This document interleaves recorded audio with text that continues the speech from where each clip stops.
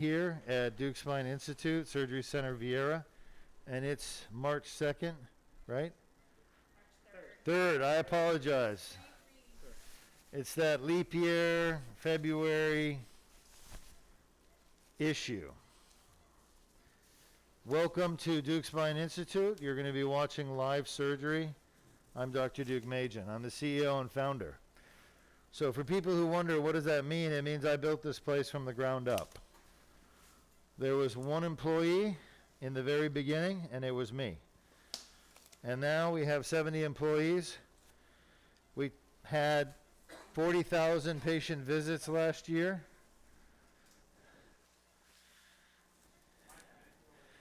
And we're the premier spine center in the world with literally the best outcomes in the world for spine care. Today we're going to be doing, as our second case, a gentleman who, are we laying flat, sir? Looks like the right side is a little higher.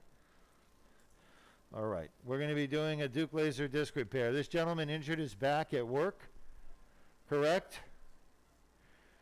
You can answer. And he's got 3 herniated discs and horrible back pain and pain going down his left leg. Did I leave anything out? Are you having weakness? All right. Numbness? Periodic numbness. All right. So the surgery is done mostly with you asleep, but I need you awake in the very beginning to help me out, okay? Now I need you to lay still. That's the most important thing. Don't try to get up off the table, okay? You might feel a little bit of pain. If you do, you say, ouch. And that tells me you're having pain, and I'll do something to help you, okay? Most important thing is that you don't move around and try to get up and help me. All right. I'm going to put you to sleep in about 10 minutes, but before I do, I need your help getting into the right spot and identifying the discs that need to be fixed, okay? All right. So remember, ouch, and if you have pain, you say ouch, and then just say it's my back or it's my leg. Tell me what it is, back or leg, okay? All right. We're going to get started. That's my hand on your back, by the way. I'm Dr. Duke Majan. You remember who I am? All right. All right, so we're going to give you some numbing medicine, okay? You're going to feel a little stick and burn. That's normal. That's just the numbing medicine going in. Remember, we have a deal, okay?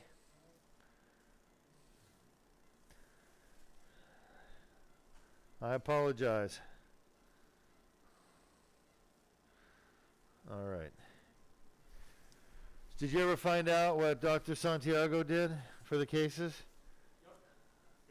You know what he did? What's the same thing? What's that? He, huh? All right. I don't remember ever fighting with him, but I'll take your word for it. All right. Let's get a shot.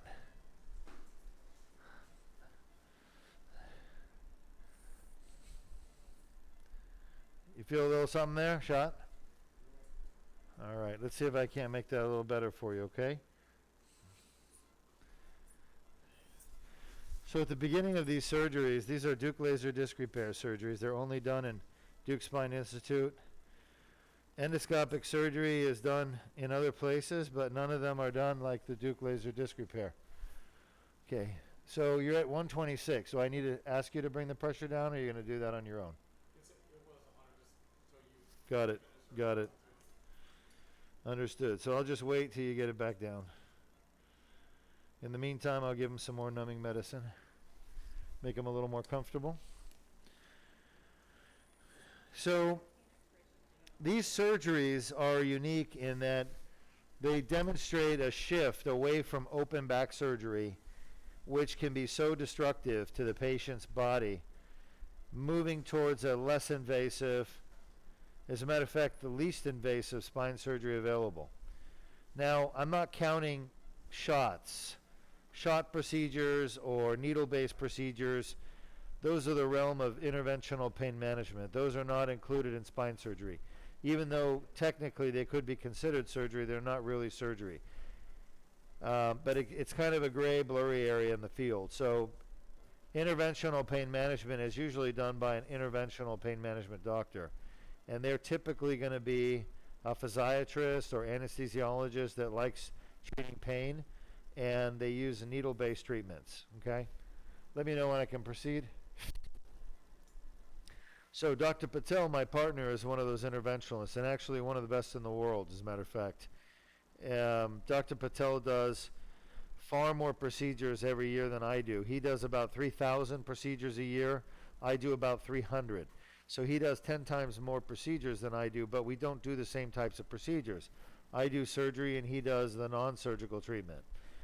So he does the epidurals, the SI joint injections, piriformis injections, rhizotomies, sympathetic ganglionectomies, spinal cord stimulators, kyphoplasties, basically, like I said, needle-based procedures except for the spinal cord stimulators. That's the only real surgical procedure he does.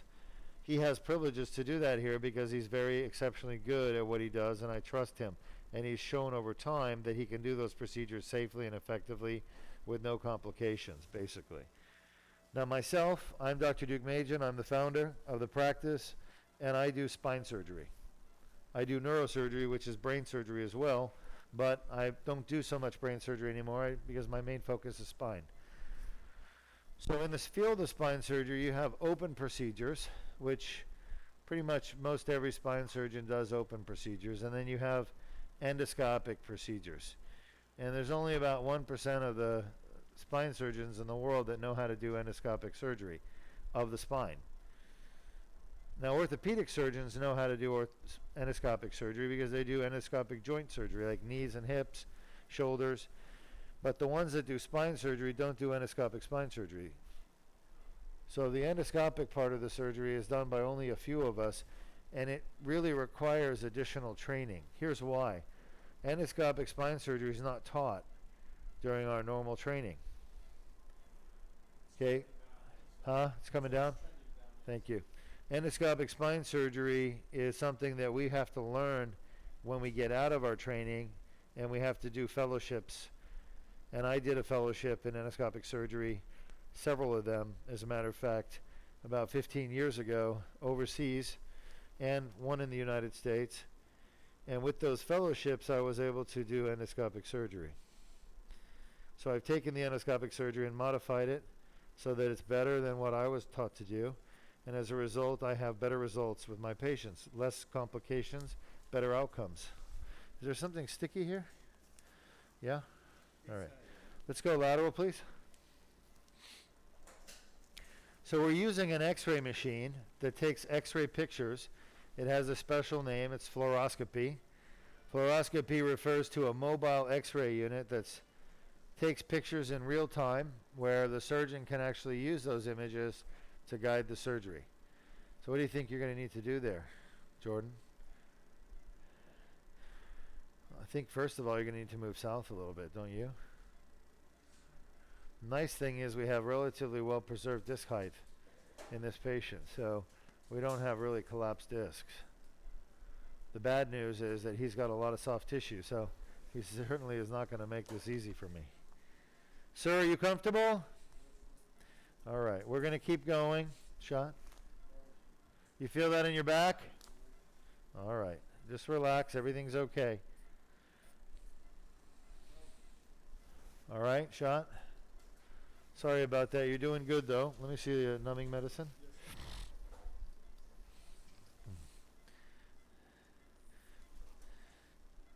How did you come to your conclusion anyway about Dr. Santiago? Your conclusion about Dr. Santiago, how did you, about what he uses? Oh, you did?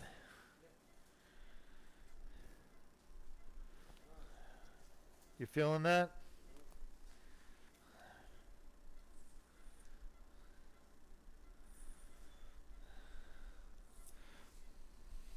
All right. I'm going to give you a little more numbing medicine, okay? You don't need a whole lot. You just need a little bit.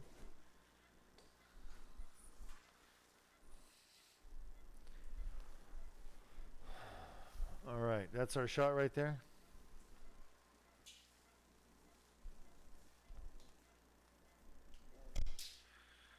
Where are you feeling that?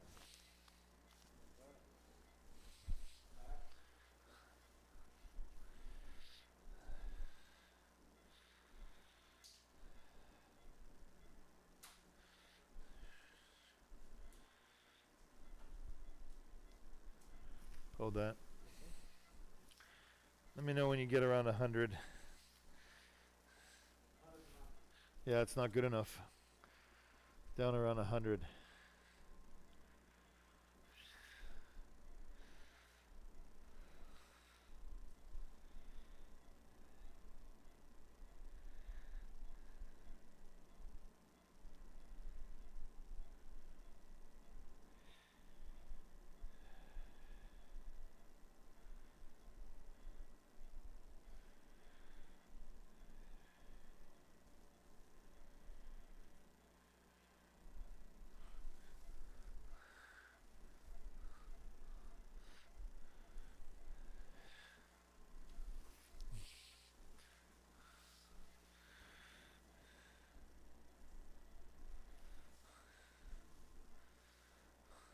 Shot.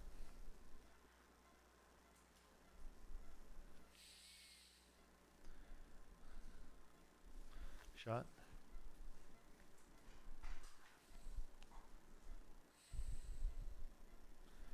Shot.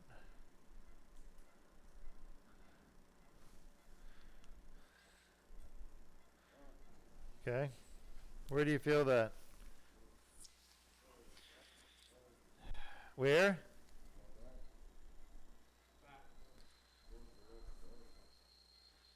It's kind of where we're working. You're doing good.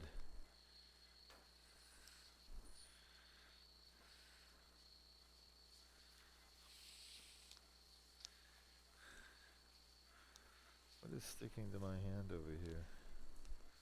Oh, Luis? Where's my hand sticking? It's because it's you put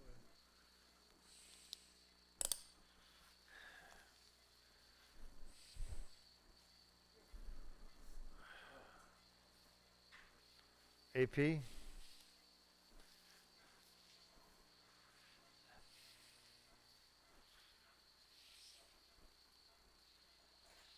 So, just so you know, after doing it 1,000 times, the patients you're doing are jumping around way too much. I do the same thing with everybody. So I don't know why that is. Okay, let's go back to a lateral. So I'd like you to reevaluate what you're doing. If you need to use some fentanyl, then use it. But normally they don't have this much discomfort. Shot. All right. Did you take your pain medicine today? No?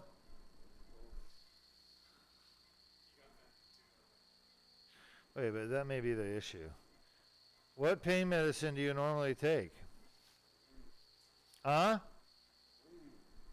You use a non-steroidal anti-inflammatory? Anything else? Yeah, two things you can't use. AP? No, you did the right thing. I'm not saying you did anything wrong. I'm just saying that maybe the reason you're so uncomfortable is that the pain pills you normally take, you can't take. Yeah, so you didn't take anything else. You don't normally take anything else. I don't blame you. I don't like pills either. All right, so where's our lateral? That's it? All right, so we're too posterior. We need to come more anterior. Shot. Give me a lateral view.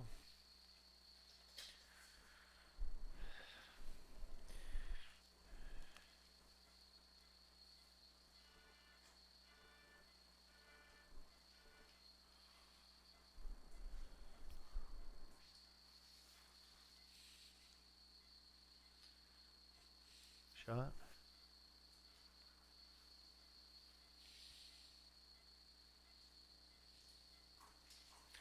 Shot. Go to you to clean that up a little bit.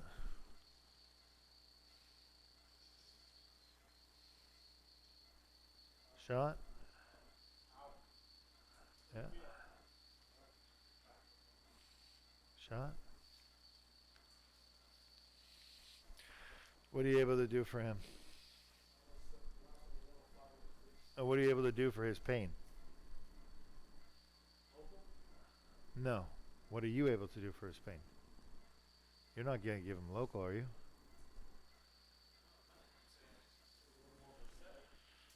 But Versed doesn't take pain away. Does it? Shot? Okay, well, you're welcome to try. Huh? Oh no, you're it's not your fault. We're not upset with you. We're trying to get you comfortable. We have to talk to each other though to do that. Shot? Yeah, don't move your head. Just try to lay still. Shot? Yep. Thank you for letting me know. Shot? Alright, let's see if we can clean that picture up a little bit there, Jordan. He's got real short pedicles, so I think you need to bring your side up because I don't think he's laying perfectly flat. Let's see what that does. I think that made it worse. Let's try the other way.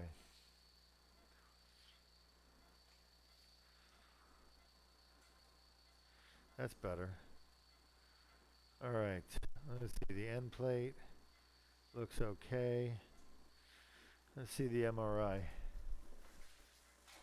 MRI. He's got a pretty good disc there. 5-1. Okay. Alright, not too bad. We're making our way there. Shot.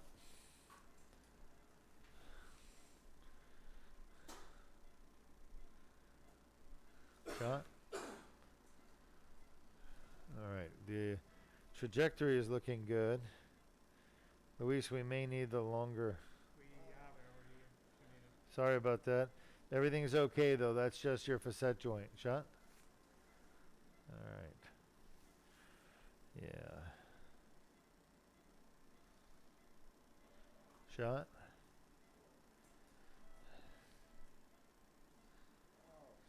Shot.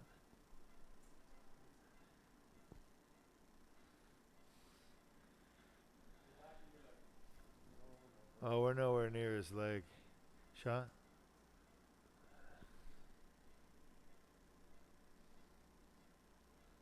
Shot.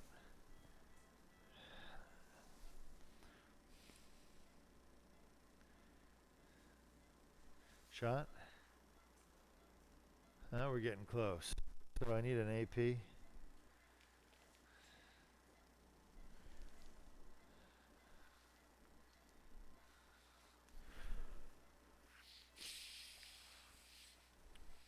I appreciate you getting the blood pressure down.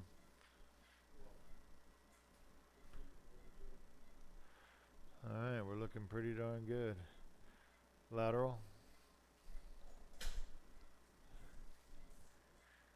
Alright, folks, so the beginning of this surgery, there's not a whole lot that goes on, but we have to place the needles in the right place.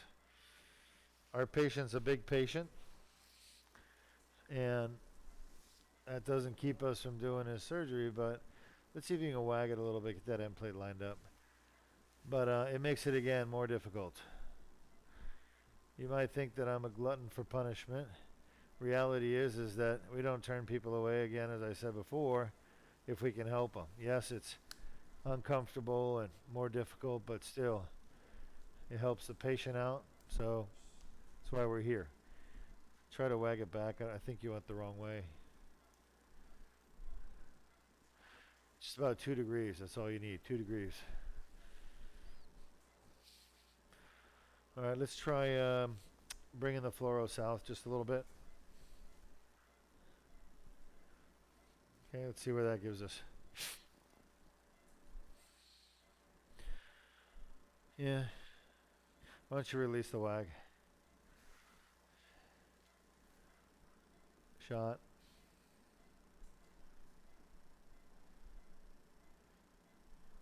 Shot.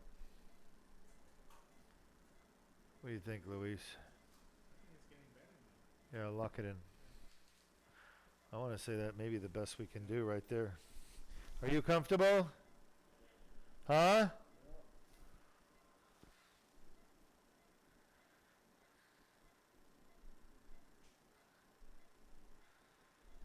I can feel the herniation. Shot.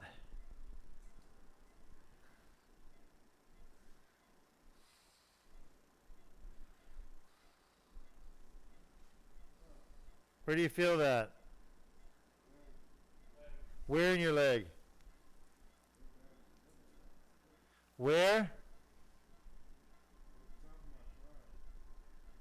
The top of your thigh? But not past your knee? Uh-huh. That's us right there.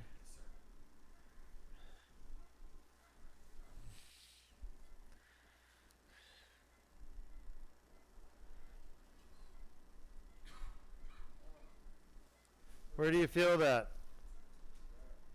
Yeah. That's one of your bad discs, okay? And I got some good news. That's the hardest one to get, so I hope I don't jinx myself, but the other one should not be as challenging for you, okay? But everything's going fine. We're having no problems. We've got one, we're tapped into one of them, and we're going to get tapped into the other two just now. So, you comfortable? I mean, as much as you can be, right? All right, just lay still. You're doing good. Shot.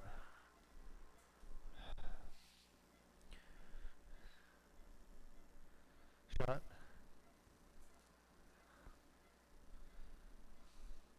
Just lay still. You're okay. Shot.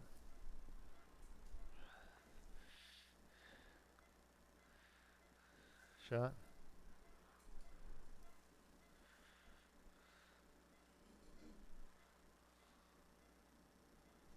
Shot. So I'm encountering the facet joint at this point.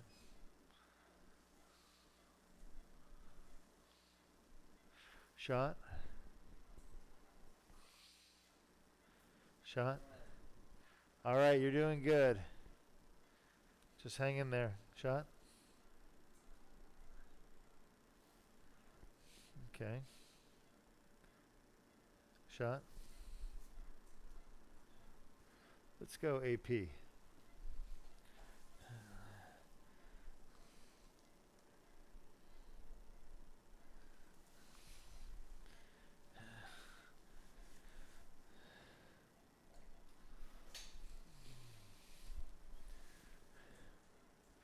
Lateral. It's perfect.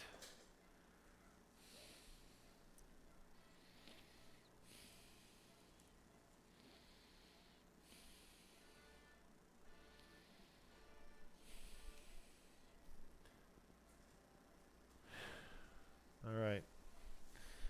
And the other needle is kind of pushing me, so I'm going to have to move it just a little bit to get the trajectory I want. Shot.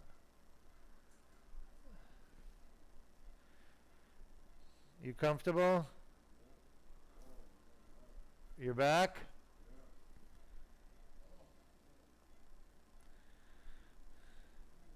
Shot. That's perfect. Well, you okay? The good news is everything is going well for you. We haven't had any issues yet. And we're almost done. We're going to be able to put you to sleep soon, okay? I apologize that you're uncomfortable. But there's no other way to do this, unfortunately, except put you to sleep, which I don't want to do. All right. Shot. So you should be, yeah, good. You moved up to 3-4. We're doing 3 levels. Everybody in agreement? Agree? Okay.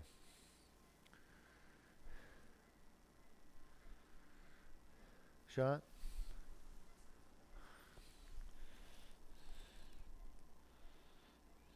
Shot.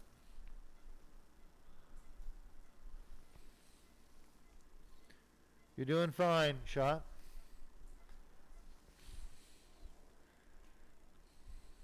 Shot.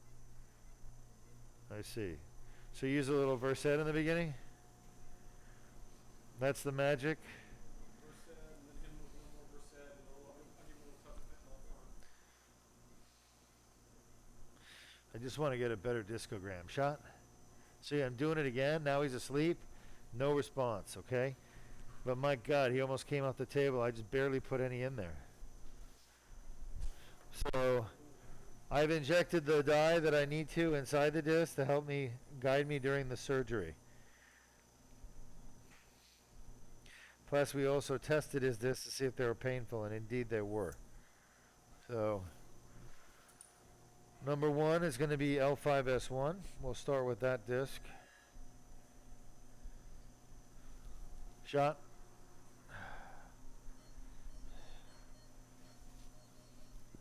Any way you can zoom in on the disc so I can see it better? I need these lights out of my eyes. Something is, this one here is in my eye right here. This is in my eye.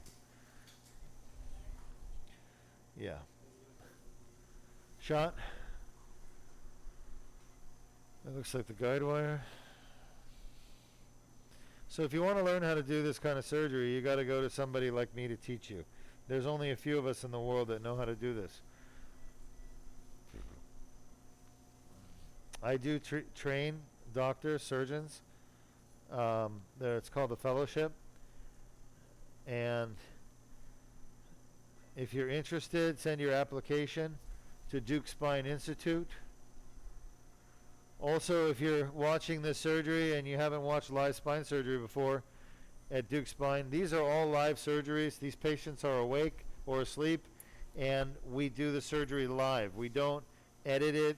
We actually broadcast live and perform the surgery live so that our guests can watch and ask questions. Hopefully I can answer your questions for you. But these surgeries are broadcast live to give everyone a chance to feel like you're in the operating room with us, watching and not assisting me, but watching me with the surgery and, you know, being part of the surgical experience. Yeah, it's just moving around a little too much. Shot?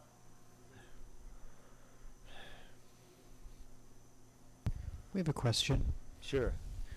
One of our viewers is asking, hi, I have lower back pain and my doctors told me that I have isthmic spondylolisthesis. Is this something that you can repair?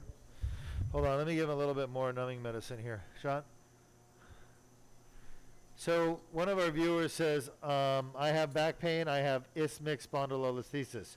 Is that something that you can repair? The answer is yes. There's 2 ways to treat that. They both work. One of them is the surgery you're watching right now, the Duke laser disc repair. The reason it works is your pain's not coming from your spondylolisthesis. It's actually coming from your disc, your spinal disc. And I can certainly treat the spinal disc with Duke laser disc repair.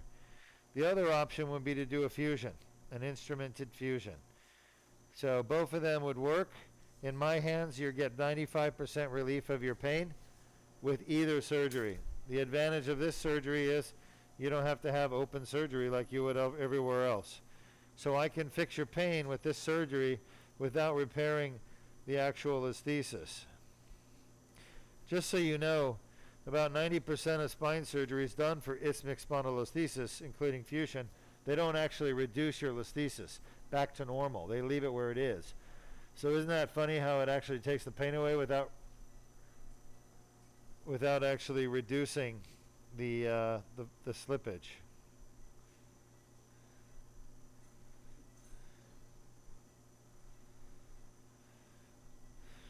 Again, this is a large patient. He's a big man, muscular, heavy, and that just makes the surgery harder for me, but not impossible. Okay? It's harder because it's harder to see what you're doing with the x-rays. Let's bring the table up or the fluoro down. Which one? That's good? Shot? Let's see where we are. That's good. Thank you. You're going to take it a 1/4 inch down. This is all sterile here, right? Yes, sir. I'm sorry? I didn't hear what you said.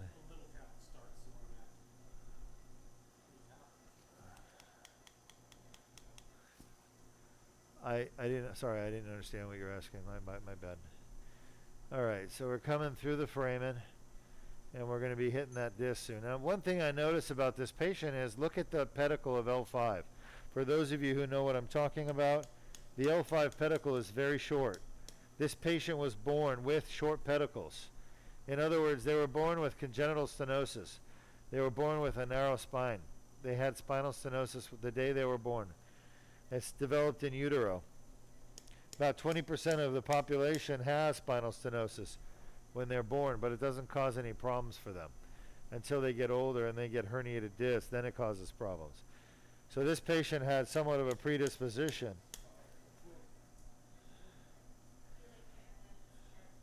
Huh? Yeah. Shot? Yeah, he has congenital short pedicles and stenosis. You're all right. Shot? Tell me when I can proceed. I'm in the annular tear right now. This is the most painful part of the disc, so that's probably why he's responding. We have another question. Sure. What is the patient given for the pain during the first half of the procedure when they're awake? Okay, well, that's a fair question. So basically, the things that hurt are the skin, and I numbed up his skin with numbing medicine. So that's Marcaine, lidocaine, local.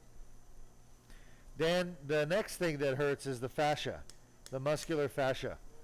That's the white connective tissue over their muscles, and that's deep inside.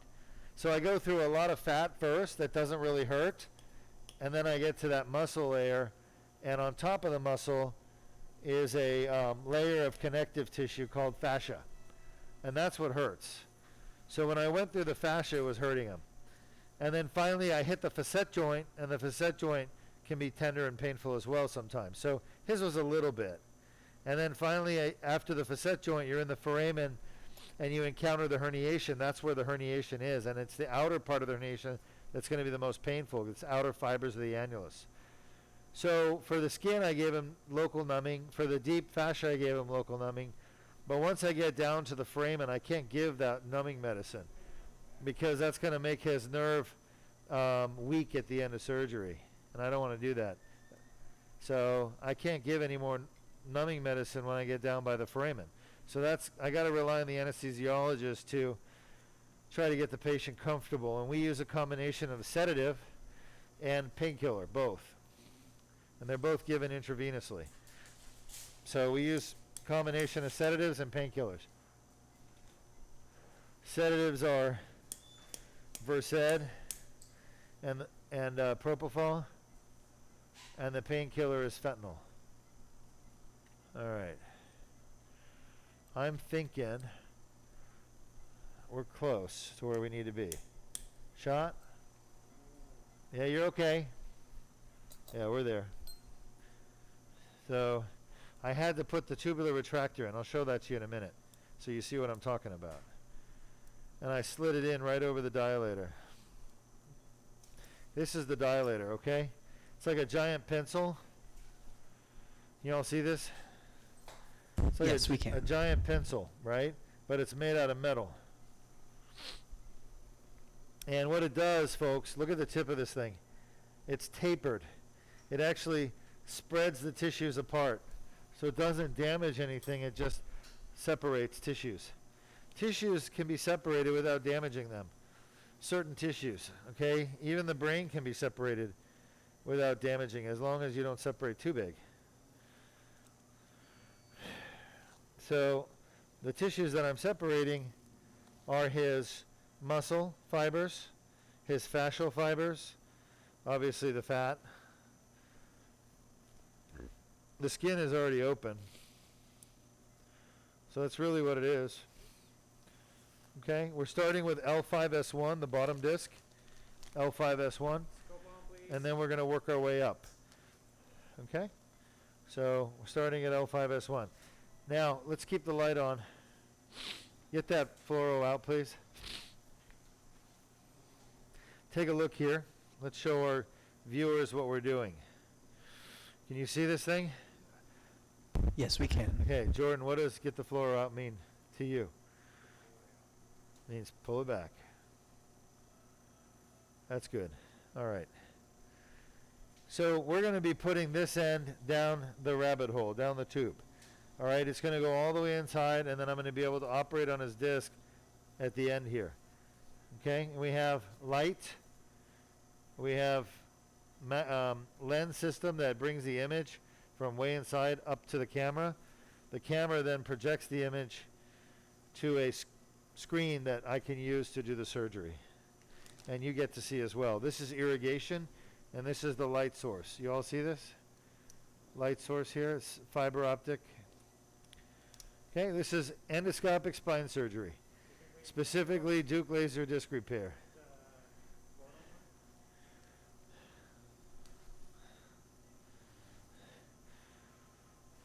All right. Lights off, please.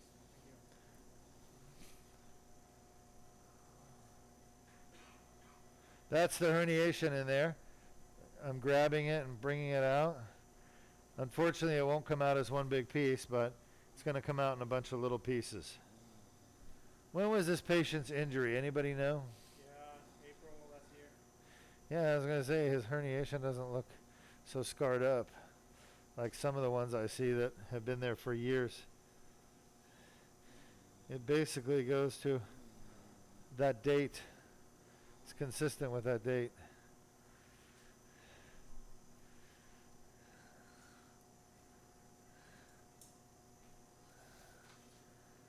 Okay, we're just taking little pieces of the herniation out. How's he doing? He's wiggling around just a little bit.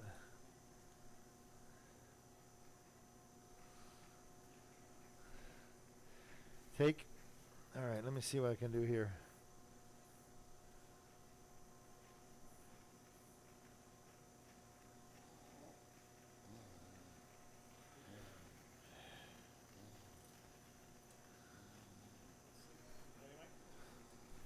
What's that? Snoring? Snoring blissfully? Well, if he was obstructing, there wouldn't be any airflow, right?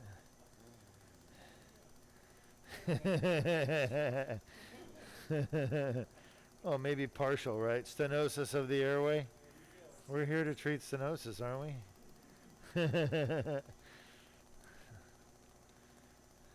So.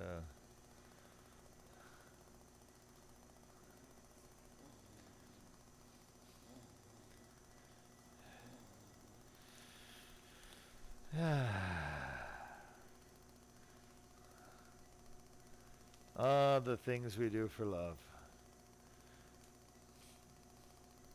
All right, well, I kind of miss having Amy around because we don't have any music now. Do we need to call her back here?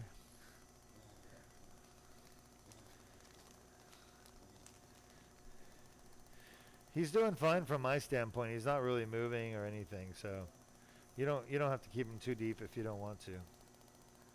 That helps you.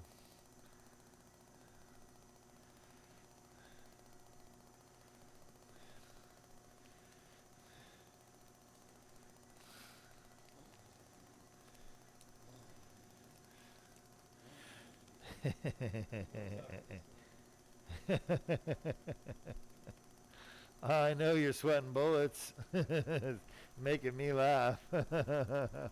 I think he's going to be just fine.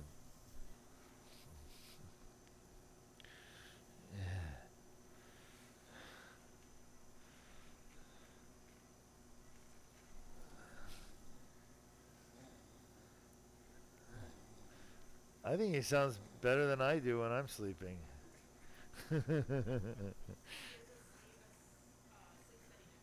Oh, really? We already have one positive. Nothing like having.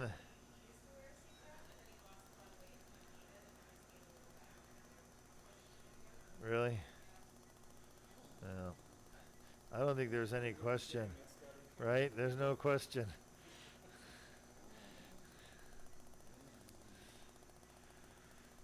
Yeah. He has the same problem I do. I have, that is, he likes to eat. Red beans and rice, huh? Luis? That sounds like a Puerto Rican. All right, shit.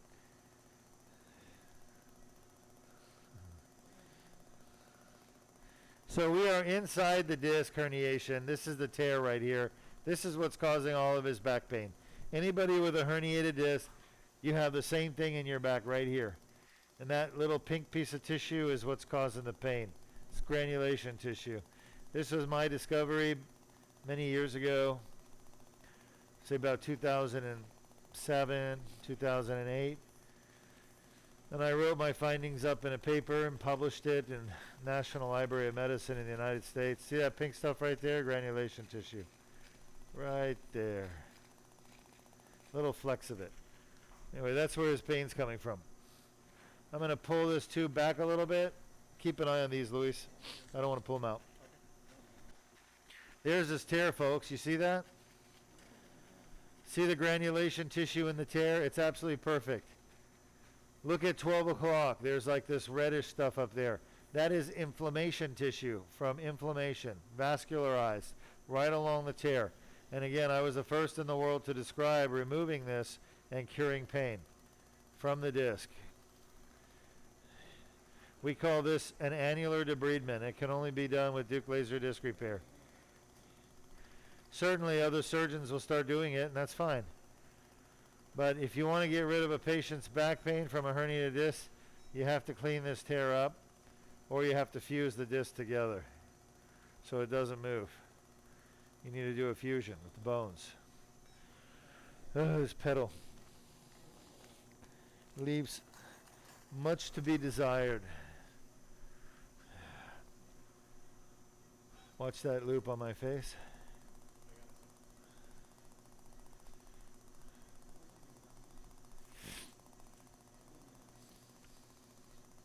This tear, to me, this herniation and tear do look like they're probably about a year old.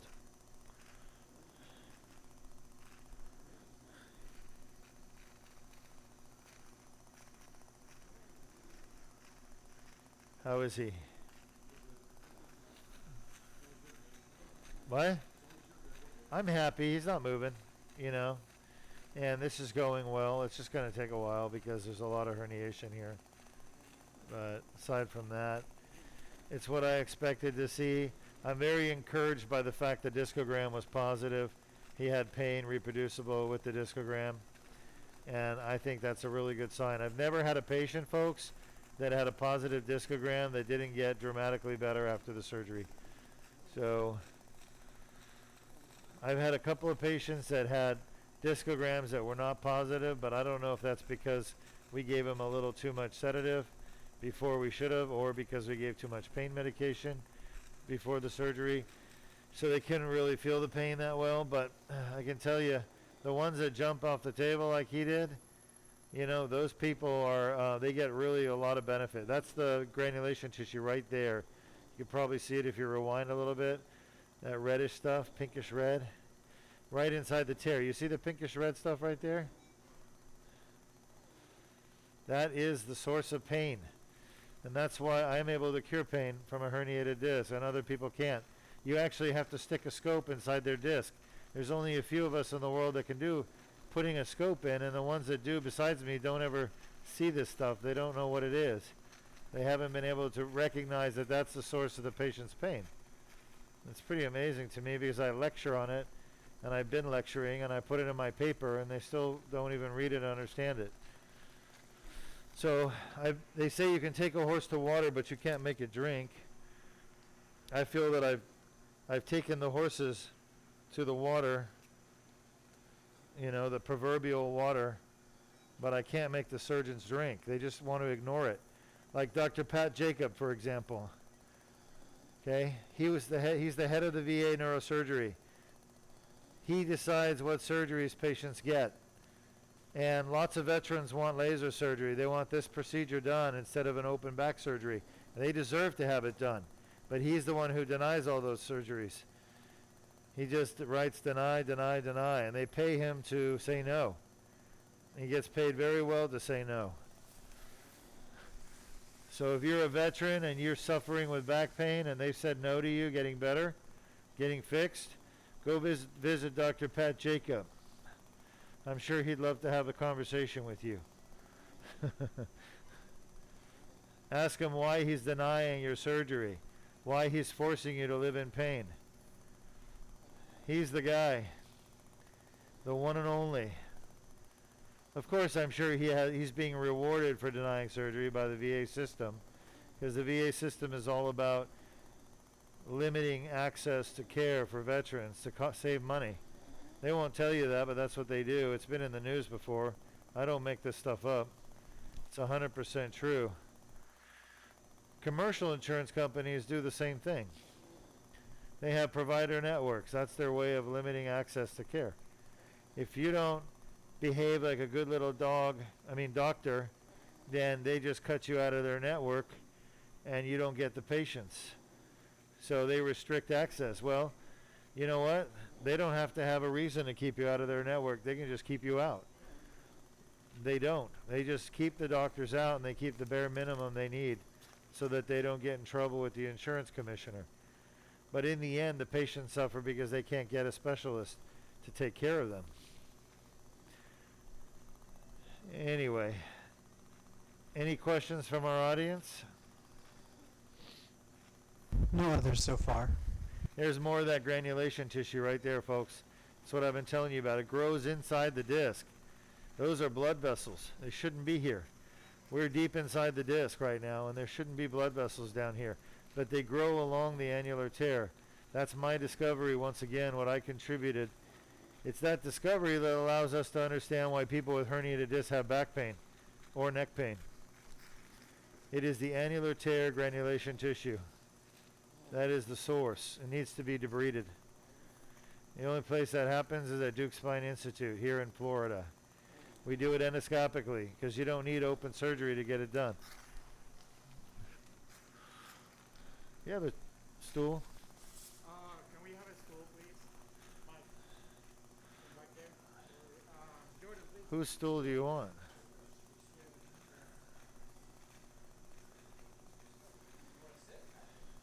I do. My dogs are barking. Can somebody tell me how our patient's doing out there from the last case? Huh? He's hypertensive? How hypertensive?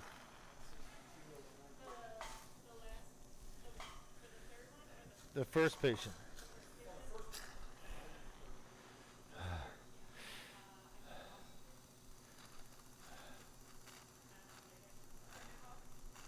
Oh yeah, last time I checked he was doing great, but I want to just make sure he's still doing good. Despite all the naysayers, he was doing good. All right, I'm coming to the end of this one. You can see that this is a little bit more scarred.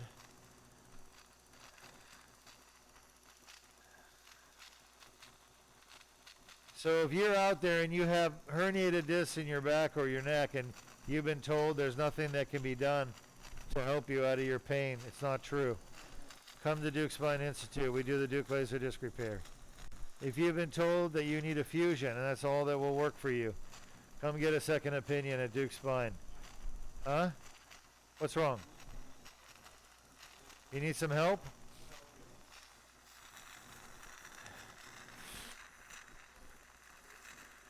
Don't believe people that tell you back pain is not curable. It's not true. That's the old-fashioned way of thinking about it. That's kind of like people saying you can't fly. We started flying a long time ago. If you live in Papua New Guinea and you live among the natives there that carry sticks around every day and they still do hunting and gathering as their primary means of survival, then yes, you can't fly. And everybody that lives in that little tribe of Papua New Guineans. How we doing, Doc?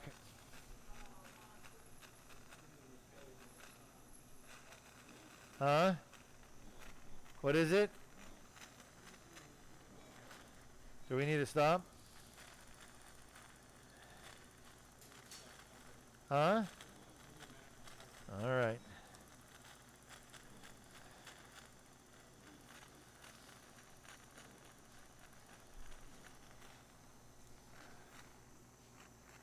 Gonna wake him up a little bit? Yeah, it's fine.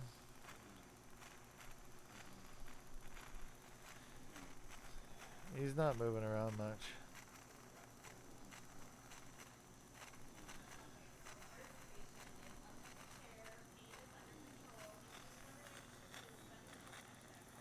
Yes, he should put his fentanyl patch back on.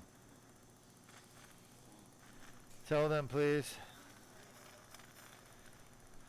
How much is it? And it's the same patch he came in with? And he normally wears it all the time. Doc, are you okay with that? I'm okay with it. It's a low dose. I think it's fine. But he had it on when he came in, right? I think it's fine. He's awake and alert, satting well. That's fine. Just have some Narcan available. Yeah.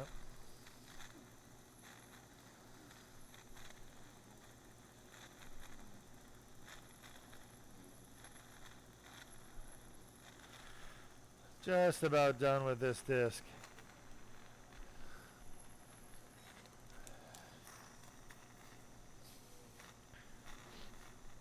All right, moving to the periphery of the tear. Man, you can see the tear right here. This should be a little more stimulating for him. You think it's the stimulation that's giving him his breathing irregularity? Sedation? Alright, well, I'm just about done with the L5S1.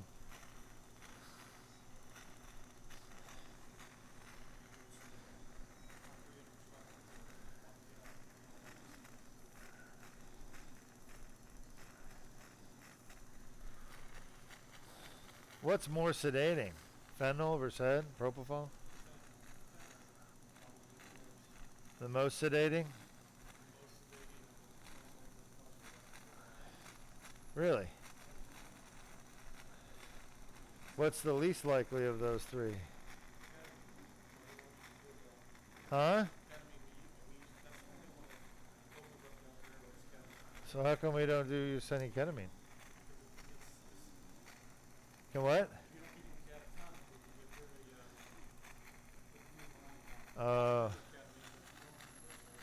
I see.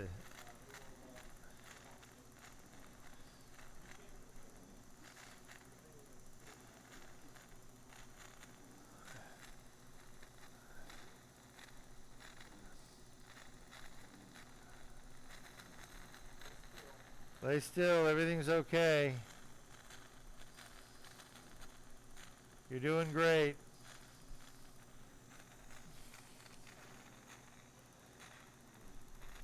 I'm almost done.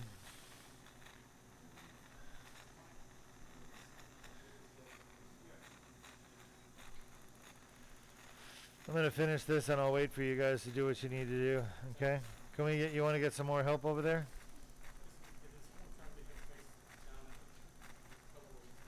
I think that's a great idea. I think that's a great idea. Any questions, Sean, from our audience? Yes, we do have one. One Fire of our away. viewers wants to know, can you remove nucleus material that has been extruded into the spinal column and is pinching nerves? All right, I'll be honest with you. I couldn't hear that whole question. You're gonna have to repeat it. All right. It was, can you remove nucleus material that has been extruded into the spinal column and is pinching nerves? Oh. Can we remove a herniated disc or nuclear material if it's extruded into the spinal canal and it's pinching nerves? The answer is yes. That's exactly what we can do. This endoscopic surgery can remove extruded disc.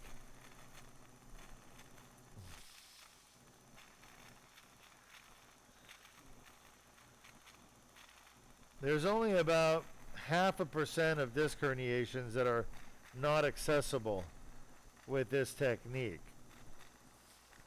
And those are disc herniations that have shot behind the vertebral body. Yeah, that's fine. All right, 30 seconds.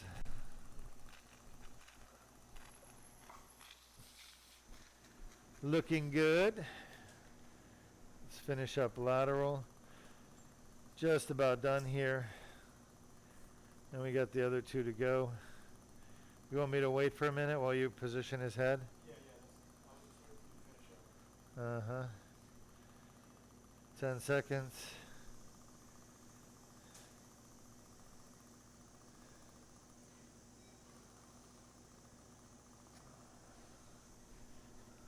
Lights on, please.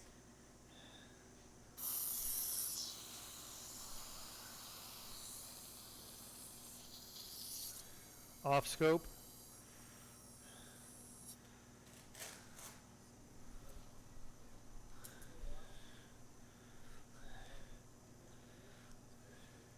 We're done with that disc, folks. We have two more to go. That was L5S1, the hardest to get.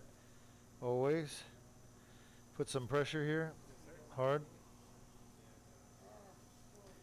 Just lay still. Everything's okay. You're doing good. Just finished with one disc. So our patients that have this surgery have twilight sedation, okay? They're not under general endotracheal. They don't have a tube down their throat. Go ahead and come in with the fluoro. What's your arm? So all these patients are breathing room air. They have some oxygen going through a nasal cannula, but they don't have a tube down. Let's go. Move it, Jordan. Jordan. Put a little hustle in the bustle.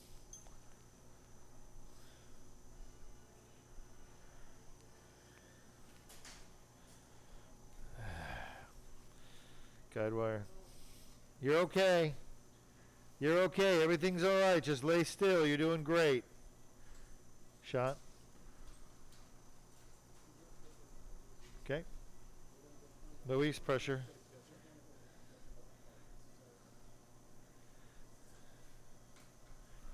Shot. Perfect. And place the guide wire through the needle that's sitting inside the disc through the tear. And now I'm going to run this dilator. Okay, folks? This is the dilator. It passes down the guide wire along a safe path. Relax, Luis. Shot. Numb.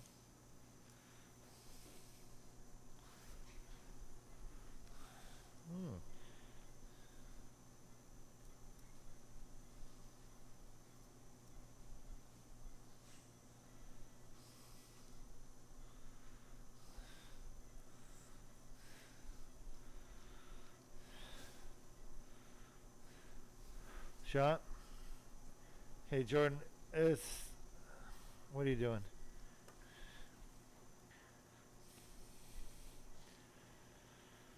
Hey.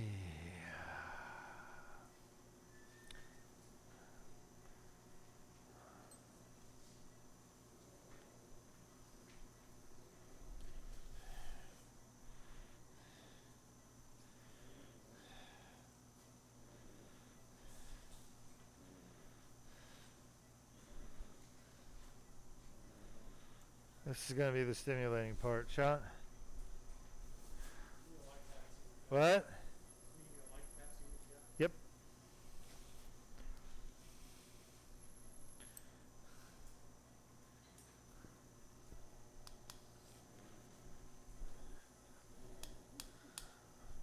Yeah, once it starts going in, that's when it hurts.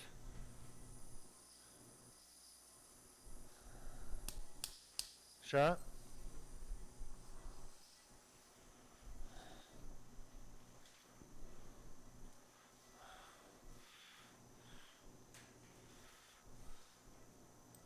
Shot.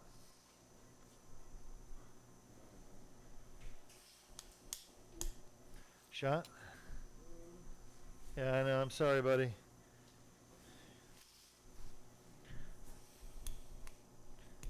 Shot. That's all right. Everything's okay. Lay still. You're doing good. By the way, for those of you who don't know, the whole surgery is done through this tiny little tube. Beautiful, huh? It's called the tubular retractor. 7 millimeters. 6.8 millimeter external diameter, I think.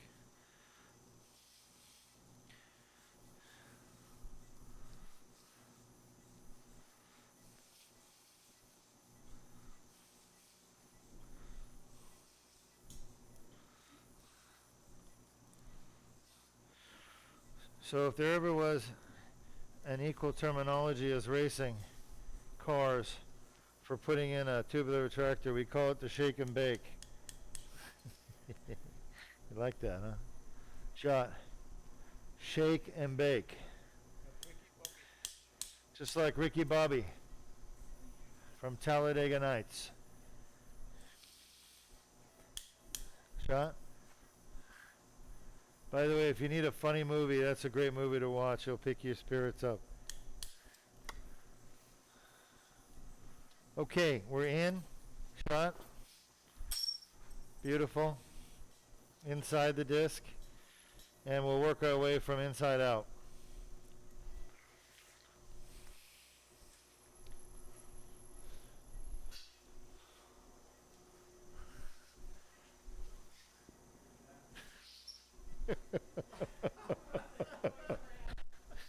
That was so funny.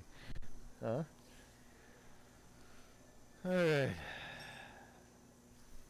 Come on in. You're allowed to play in here.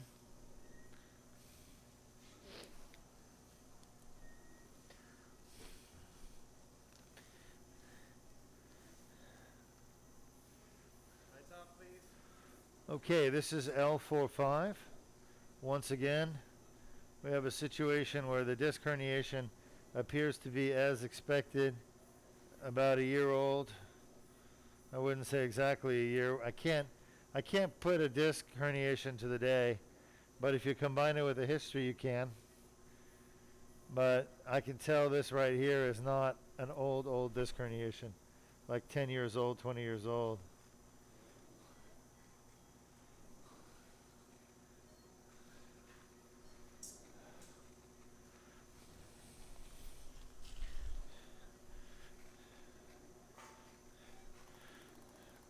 Any other questions? Once again, I'm Dr. Aruduk-Majin. You're watching Endoscopic Spine Surgery live. It's March 3rd, 2020. We're broadcasting surgery live from Duke Spine Institute here in Melbourne, Florida. The only center in the world that broadcasts live spine surgery week after week, every single surgery for the public to watch, ask questions, and participate.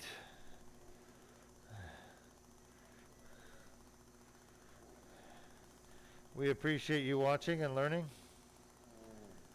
We're using a laser, that's the blue fiber, to zap away bad material from the herniation. What is the bad material? Well, number one, you have the herniated nucleus pulposus. The nucleus pulposus is a jelly, supposed to be in the middle of the disc, but it squeezes out through a tear in the containment system called the annulus fibrosus. We okay? He's just singing for us. And when the jelly squeezes out of place, it creates problems. So we have to go get it. We have to arrest it. We got to put it into prison. Basically zap it away with a laser. Get rid of it.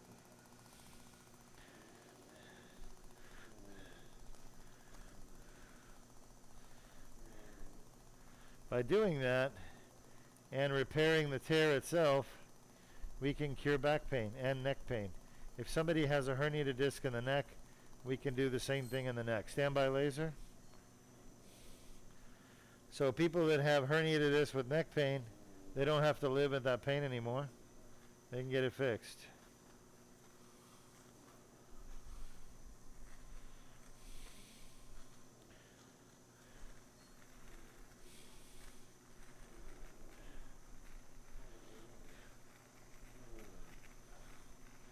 Again, there's the tear right there. You see it? It's like a wave. Look at that right there. This is where their pain comes from. People with a herniated disc, their pain comes from the tear. Again, the only surgery in the world that repairs the tear is the Duke laser disc repair. That's what you're watching right now. The alternative is to just fuse the disc, fuse the bones together, get rid of the disc and fuse it. The nice thing about the surgery, folks, is this patient's going to have normal movement in their disc when we're done. We're not fusing anything. We're not limiting the movement. We're just repairing the disc that they already have. So it's very similar to arthroscopic shoulder surgery or knee surgery, where the surgeon is not fusing their shoulder or the knee. They're going in and finding the problem area like a torn meniscus, and they're repairing it using instruments. The instrument I use is a laser, and I use the metal instrument, which is a pituitary rongeur, to grab pieces out, remove them. I don't want to leave them in there. Leaving the nuclear fragments in there is just going to create more inflammation. So the patient will have more pain afterwards. So I want to get rid of the herniation, and I want to clean up the tear. Those are my goals. Get the pressure off the nerves. That happens when you remove the herniation and then clean up the tear.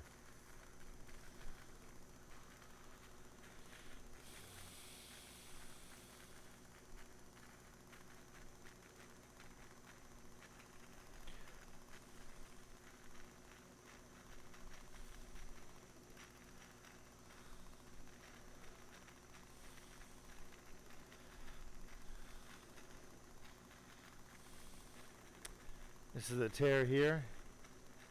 You see me working on it with the laser. So this is all scar tissue right here. We don't see as much granulation tissue as we did on the last disc, the pink stuff, but it's in there.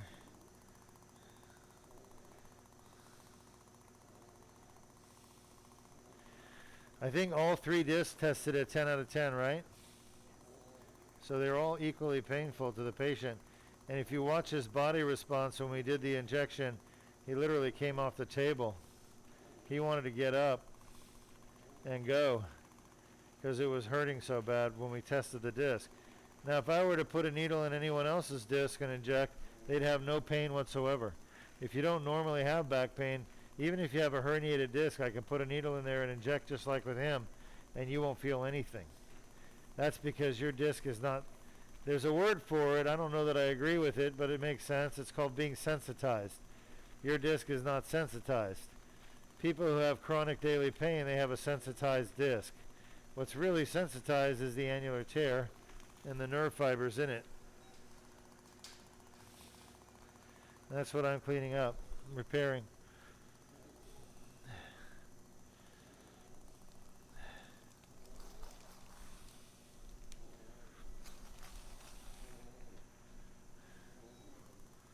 There was some granulation tissue. About 2 minutes left on this disc.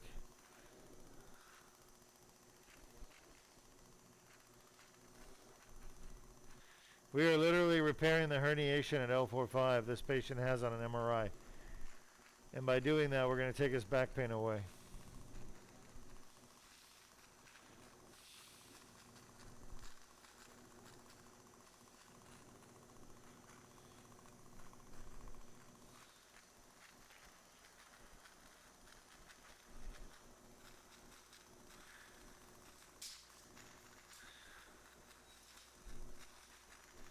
The blue stuff is the dye that I put earlier. It stains to and binds to the degenerated nuclear material.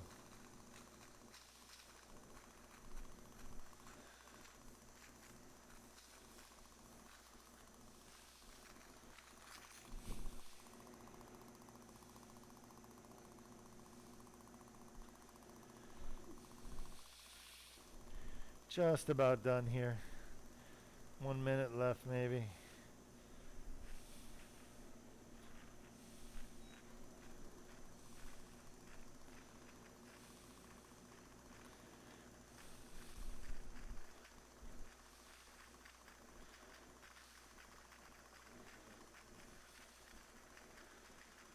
Sad thing is this poor man wants to go back to work.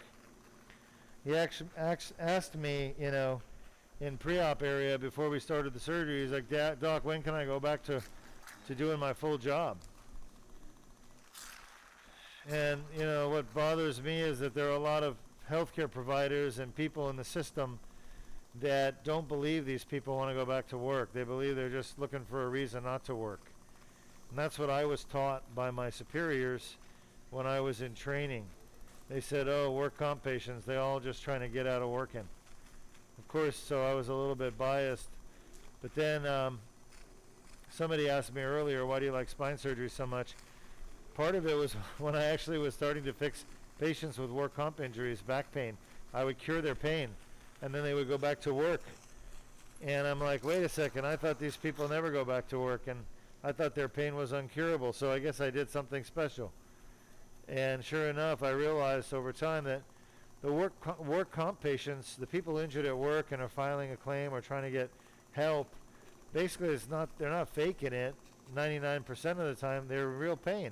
Problem is the system has let them down because the doctors that they see, the doctors they're sent to, are pretty crummy doctors for the most part. And they don't know how to make the right diagnosis as to what's causing the patient's pain. So they just assume the patient is faking it to get out of work.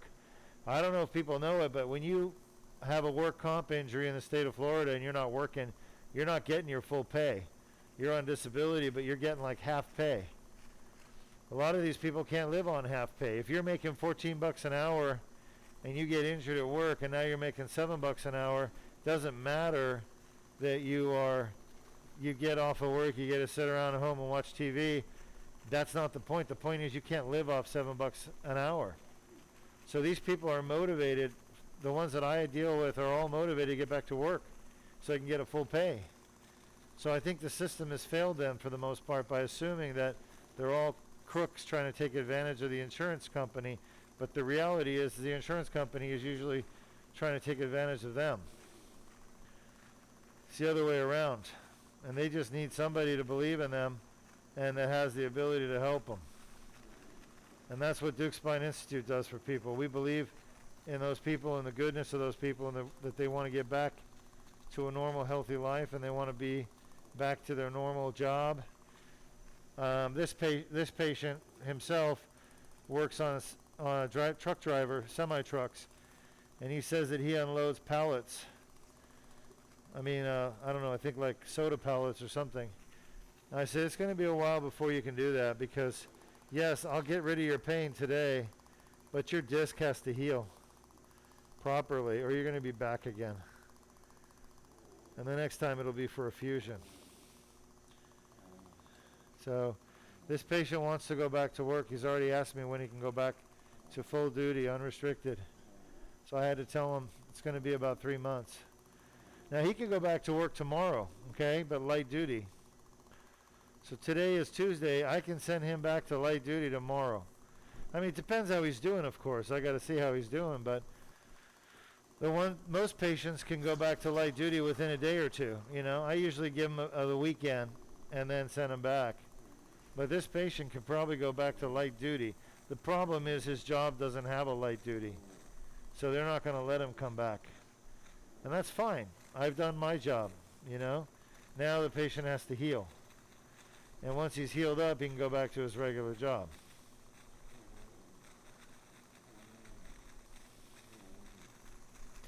I'm actually in talks with somebody that I have met and trust who is very much into healing the body quicker.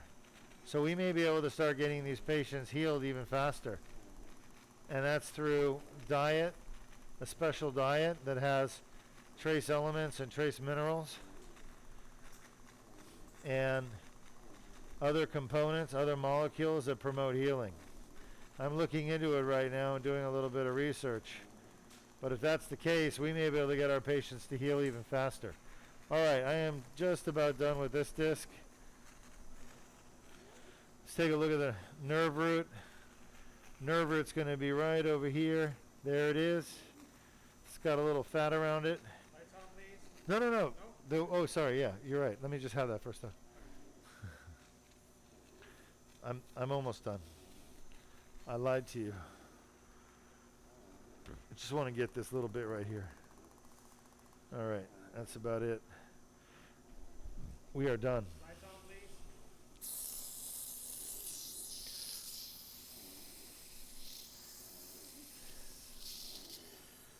Yeah, unfortunately, I really believe the system has let these people down because there's so much delays in their care. You know, they get injured and then it's a year later they're actually getting fixed.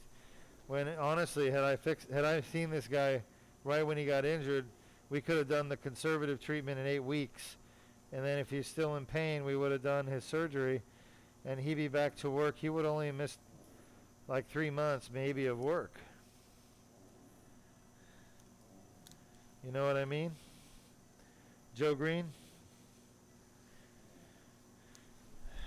But he actually is doing pretty good. A lot of work comp, they drag on for 10 years, 20 years before they get to see me to fix them because they don't know about me at Duke Spine.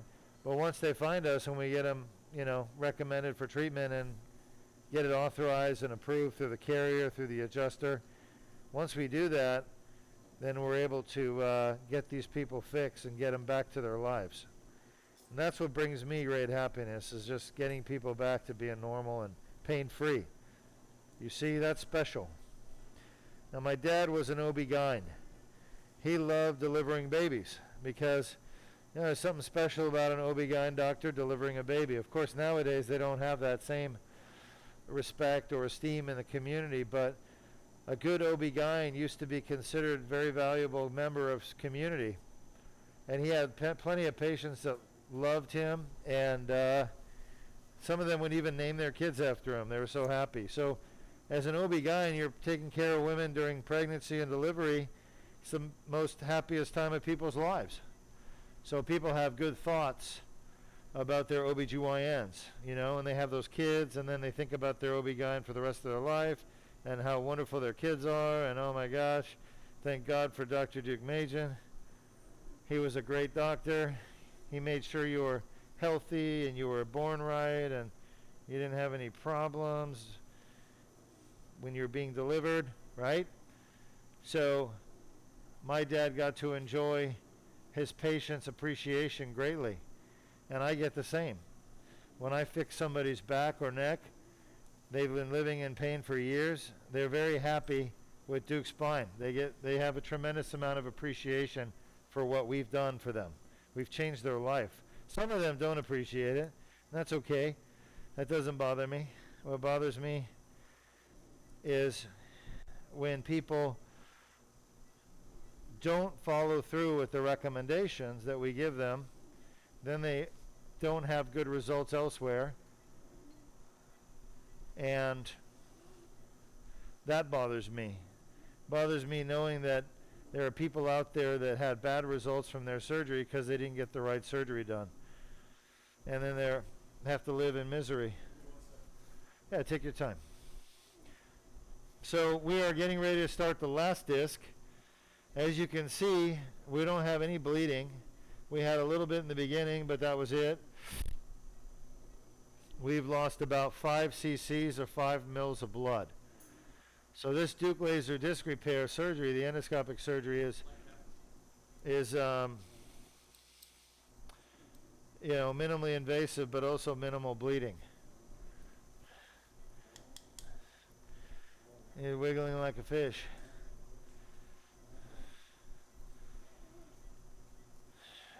All right, so this is our last one. Are you comfy over there? I like your lead.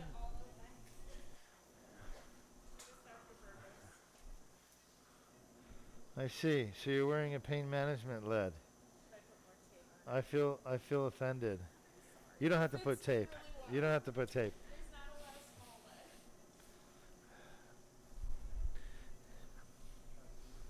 Sorry? I like it. Our anesthesiologist is taking this in a systematic, pragmatic way. I like it. Like, all right, let's do a light tap times 2. Ready?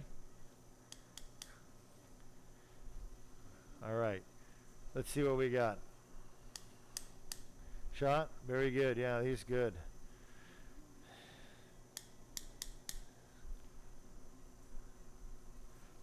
me see if I'm into the annulus, which I am, I believe.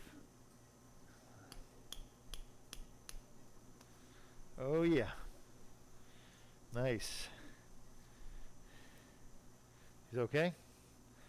That's the most stimulating part, so we could probably lighten them up a little bit. And this is the shake and bake. Okay? So when I say shake and bake, you know what I'm talking about. Those guys in Talladega Night, they stole it from me. The shake and bake. Shot?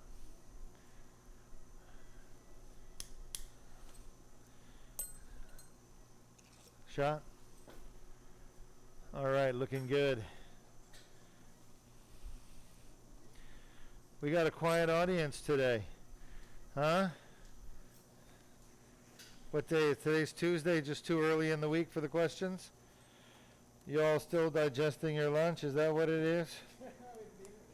Huh? They haven't eaten now. Dinner? Wait. We got a lot of people on the West Coast. They're 3 hours behind. Yeah, you're right. I guess they're heading out to dinner pretty soon. All right. Let's see what we got. Beautiful. Laser.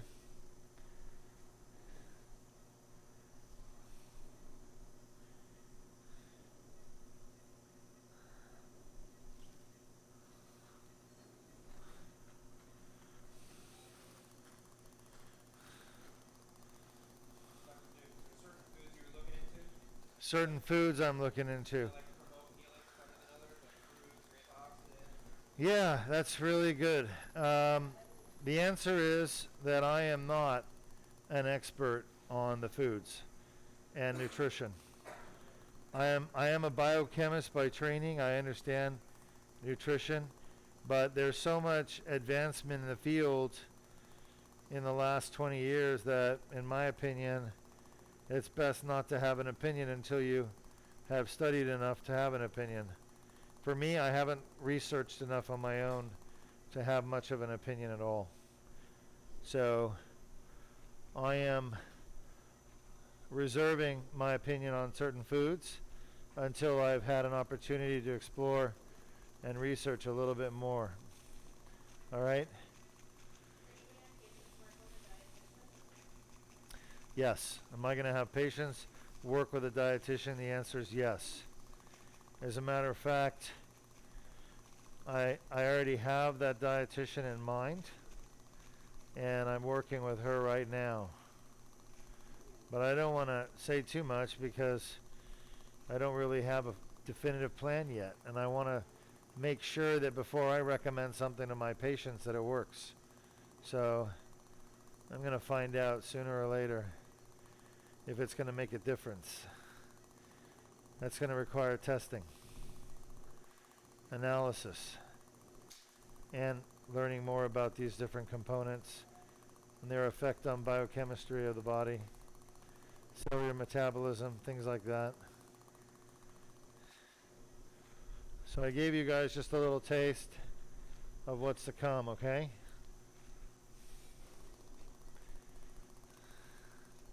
But don't hold my feet to the fire yet.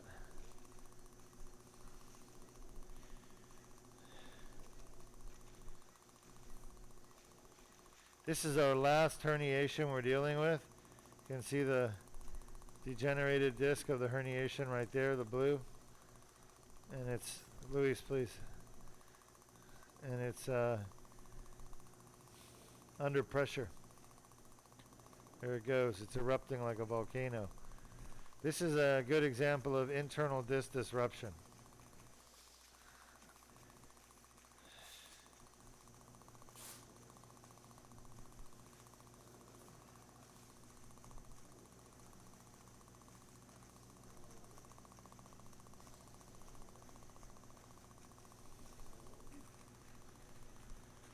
All right.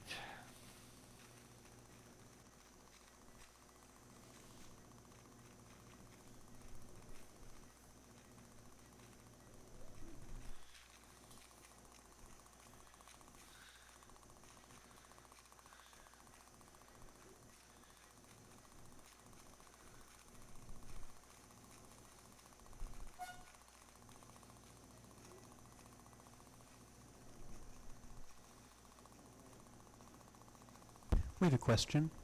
Sure. One of the viewers is wondering, what is the difference between the blue stuff and the white stuff that they're seeing on the screen? Yeah, good question. So the blue stuff is the nucleus pulposus. It's the jelly in the center of the disc. The white stuff is some scar tissue from the injury to the annulus fibrosus. So there are two parts to everybody's spinal disc. There's a jelly in the center, nucleus pulposus, and then there's a tough connective tissue on the outside called the annulus fibrosus that rings around the nucleus and holds it in place. The herniations only happen when you get a tear in the annulus fibrosus. And what that does is it allows the nucleus to leak out. So the blue here is the degenerated or damaged nuclear material. And so it's degenerated because the powers of inflammation have been working on it for a long time, probably about a year in this case. And that inflammation, what it does is it just eats alive. It's like pouring bleach on something. It just dissolves the tissue of the nuclear material, and it causes it to degenerate or break down, basically. Breaking down means that bonds are being broken, old bonds are broken, new bonds are being formed.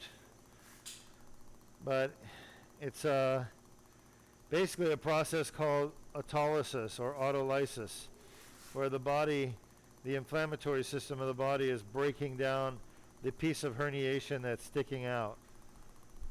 Okay? And that's what causes all that pain that people with a herniation have in their back or neck, is the inflammation.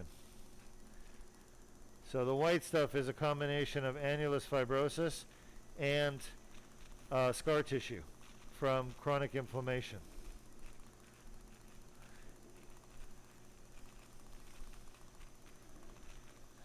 We have another question. Sure. We have a viewer who says that her doctor told her that it's normal to be 34 years old with as many herniated discs as she has because it is a genetic condition. Is this true? Well, all right. So one of our viewers says, hey, my doctor told me I've got all these herniated discs, but they say it's normal and it's genetic.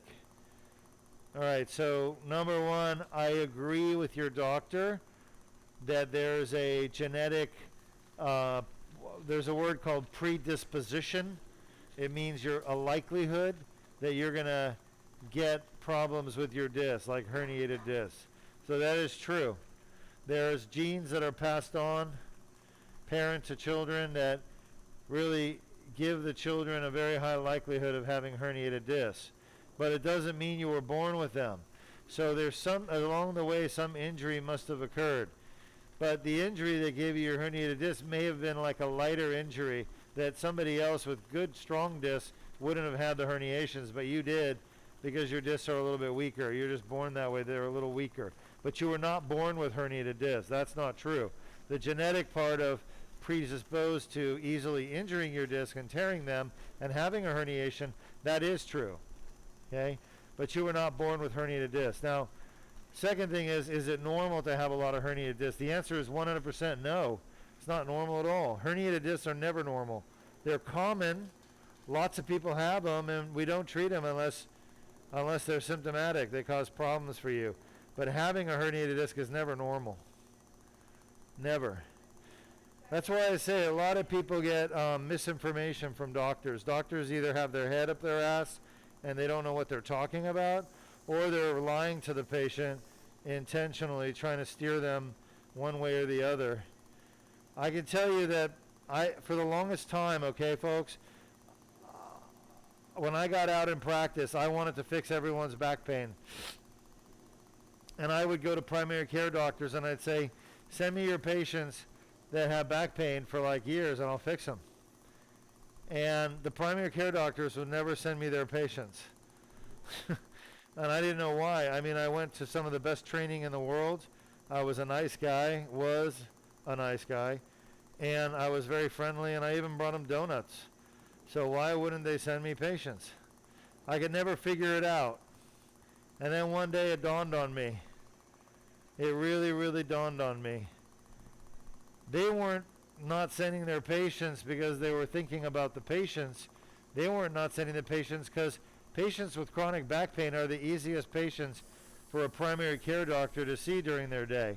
I mean, think about it. If you got a clinic full of patients with back pain, you just take 1 minute and you're like, hey, how's your back? Oh, it hurts. Okay, here's some more Percocet or Vicodin. See you next month. I mean, that's cha-ching, $100, right? Who wouldn't want to make $100 in 5 minutes?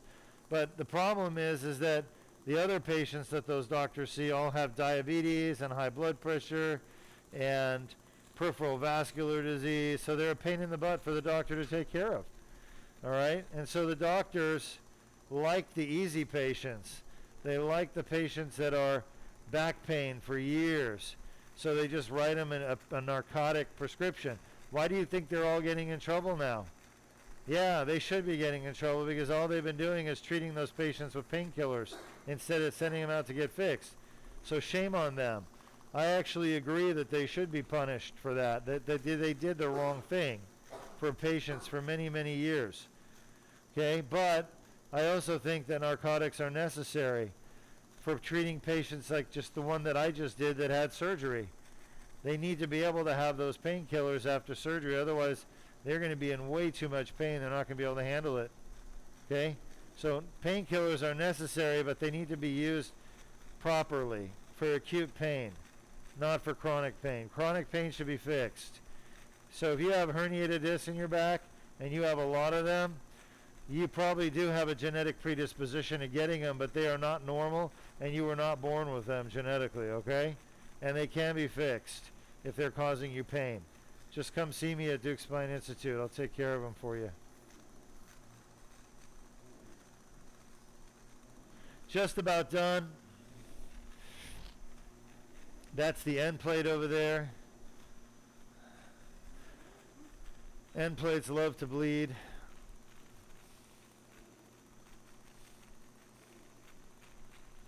It's pretty scarred up here. There's no fracture of the end plate. It's just a little scar tissue around here. I think we're just about done. I just need about 30 seconds. Unless something else pops up. But things are looking pretty good right here.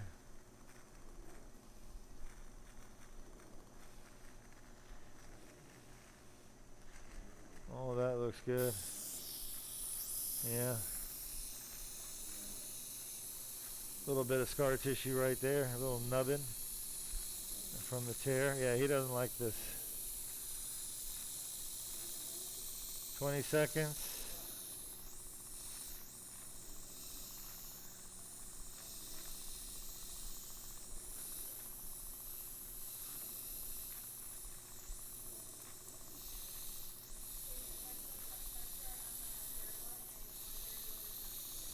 Nice. We have that calming effect.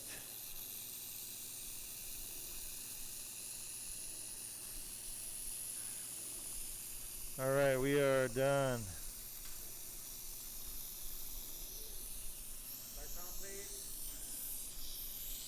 The nerve root's going to be up there. Nice. Very nice. Good job, everyone. If you have more questions, I'll answer them for you. We just finished. Take a look at the third person view here. Okay, scope is out. We just did 3 discs.